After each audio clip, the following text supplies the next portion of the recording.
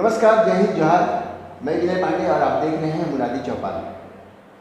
हमारे साथ यहाँ मौजूद हैं पूनम सोलंकी जी, जो पूर्व में नगर निगम के नेता प्रतिपक्ष थे और इस चुनाव में कांग्रेस की चूल्हे हिला देने वाले ये हैं और रायगढ़ में ये पहली ऐसी प्रत्याशी बनी जो निर्विरोध पार्षद निर्वाचित हुई है।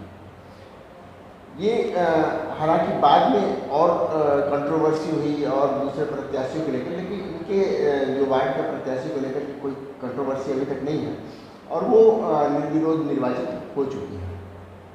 इनसे पूछते हैं, बात करते हैं, जानने की कोशिश करते हैं कि क्या परिस्थितियाँ रही होंगी या किस तरह से इन्होंने जो फतेह हासिल किया है किस तरह से इन्होंने किया है। आपका स्वागत है मुनादी चौपाल में। नमस्कार। ये कैसे संभव हुआ? रायगढ़ के इतिहास में ऐसा कभी हुआ नहीं। पहले तो मैं अपने शहरवासियों और विशेष रूप से अपने रायगढ़ वार्डवासियों को धन्यवाद देती हूँ, जिन्होंने हमेशा लगातार हम पर विश्वास और आशीर्वाद रखा, जिसकी वजह से हम पूर्व में 4 बार उस वार्ड से प्रत्याशी रहे हैं और पार्षद रहे हैं। कार्यों की उपलब्धि कह सकते हैं या हमारी सक्रियता कह सकते हैं कि वार्डवासी हम पे पूर्ण विश्वास करते हैं और मुझे नहीं लगता कि मेरा वार्ड कोई वार्ड है, वो मेरे को ऐसा लगता है मेरा परिवार है। और जब हम कैनवासिंग करने भी जाते हैं तो मैं अकेले ही निकलती हूँ या मेरे हस्बैंड अपना अकेले ही निकलते हैं और हम कोई तामझाम या हो हल्ला रैली वैली नहीं करते। अन्य वार्डों की अपेक्षा हमारे वार्ड में अगर आप देखेंगे तो हम बहुत सामान्य रूप से एक सामान्य नागरिक की तरह आराम से बैठते हैं, बात करके आते हैं और उनका भरपूर आशीर्वाद और स्नेह हमें मिलता है। तो शायद ये वजह भी हो सकती है कि विपक्षी समझ गए हैं कि हमारा जो प्रत्याशी है या जो हमारा प्रतिद्वंदी है वो कैसा है। ये कितना सही है कि आपके वार्ड में कांग्रेस का प्रत्याशी भी नहीं मिल पा रहा? मैं अपनी तारीफ तो नहीं कहूँगी, ऐसा नहीं कहूँगी कि नहीं मिल पाता। हाँ, हो सकता है कि मेरे वार्ड के जो कांग्रेसी भाई हैं वो भी मानते हैं कि मैं काम करती हूँ। ऐसा क्या काम कर दिया आपने कि आपके खिलाफ प्रत्याशी? जो मूलभूत आवश्यकताएं रहती है, वार्डों की जो समस्याएं रहती है, जैसे कि नाली, सड़क, सफाई या पानी की व्यवस्था या फिर राशन कार्ड या जन्म प्रमाण पत्र, मृत्यु प्रमाण पत्र और भी बहुत सारी छोटी छोटी आप सभी को जानकारी होता है कि जो समस्याएं हैं तो वो हम घर पहुंच सेवा तक की कर देते हैं। एकदम घर के नागरिक परिवार सदस्यों के जैसे हम कार्य करते हैं, उनके एक फ़ोन में उनका काम करने की कोशिश हर संभव प्रयास करते हैं।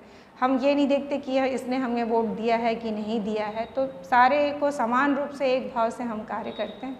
उसी का एक सुखद परिणाम देखने को मिला। अगर कोई काम की बात करें, कोई उल्लेखनीय काम जो आपके वार्ड में हुआ हो जिसके चलते इस तरह का और बना हो?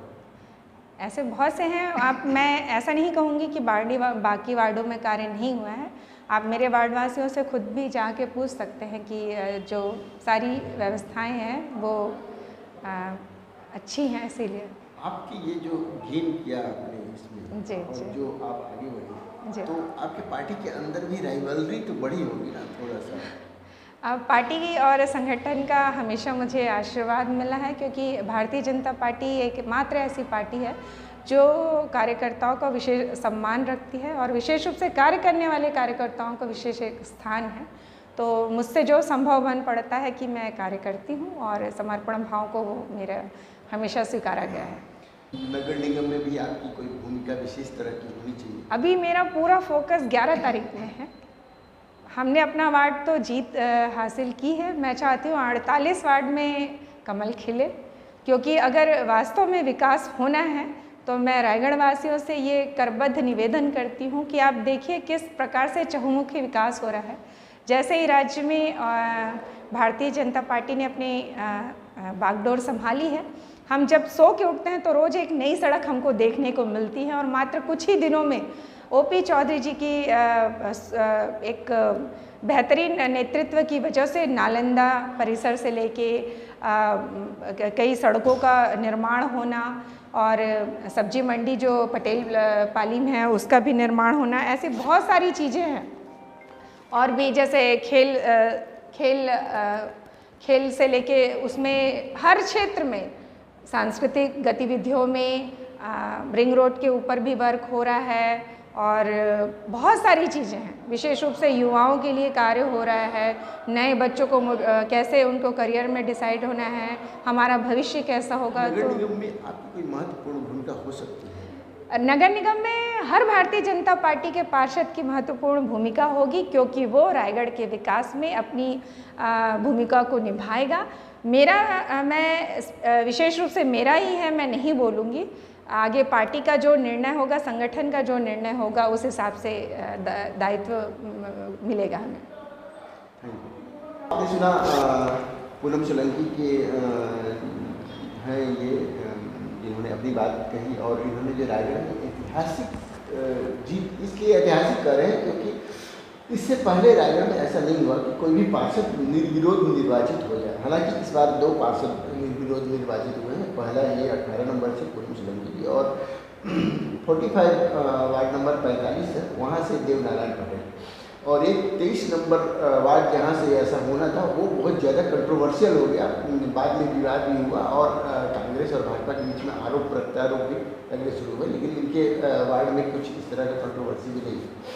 तो अब ये देखना है कि जो नगर निगम चुनाव के बाद इनकी भूमिका क्या होती है, जिस तरह से इन्होंने जीत दर्ज की है, तो उसके हिसाब से इनको कोई अतिरिक्त भूमिका दी जाती है या कुछ और वो देखने वाली हो।